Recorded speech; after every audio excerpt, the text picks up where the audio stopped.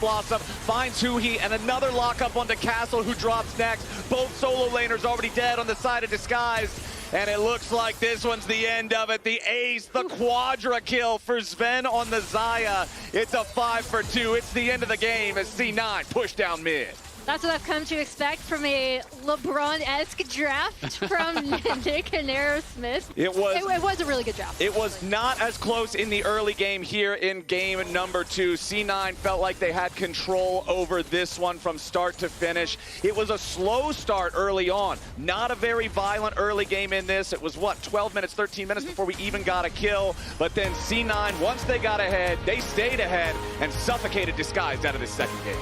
Yeah, they had all the tools to be able to deal with what Disguised were throwing at them. And now I'm curious to see... LYON is comfortable with it, but we are getting some dragons in here. We got the Smolder as this pick, which I actually think Smolder is fantastic into these kind of compositions here, where there's going to be so many North America this year. So that is the mark that they're going to be shooting for.